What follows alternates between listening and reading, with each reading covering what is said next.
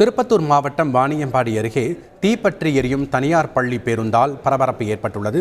அந்த காட்சிகளை பார்க்கலாம்.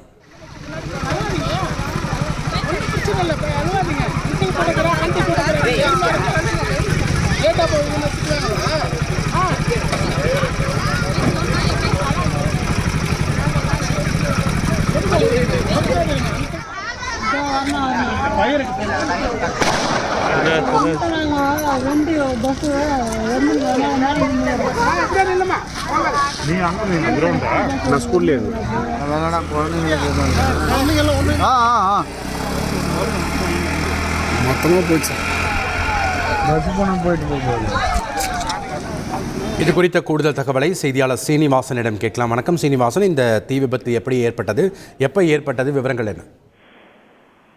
வணக்கம். திருப்பத்தூர் மாவட்டம் வாணியம்பாடி அடுத்த ஆலங்காயம் புலவர்பள்ளி என்ற இடத்தில் தனியார் மெட்ரிகுலேஷன் பள்ளியானது இயங்கி வருகிறது. இந்த பள்ளியானது இன்று மாலை பள்ளி முடிந்து மாணவர்களை ஏற்றிக்கொண்டு அந்த தனியார் பள்ளி பேருந்தானது வாணியம்பாடி நோக்கி சென்று கொண்டிருந்தது. அப்போது அந்த செல்லும் வழியில் உள்ள சுண்ணாம்பு பள்ளம் பகுதியில் அந்த பேருந்திலிருந்து, அந்த தனியார் பள்ளி பேருந்திலிருந்து புகை வந்துள்ளது. உடனடியாக அதிர்ச்சி அடைந்த பேருந்து ஓட்டுநர் பேருந்தை அங்கேயே நிறுத்திவிட்டு அவசரமாக மாணவர்கள் கீழே இறக்கியுள்ளார். மாணவர்கள் கீழே இறங்கியவுடன் உடனடியாக அந்த பேருந்து தீப்பிடித்து எரிந்துள்ளது.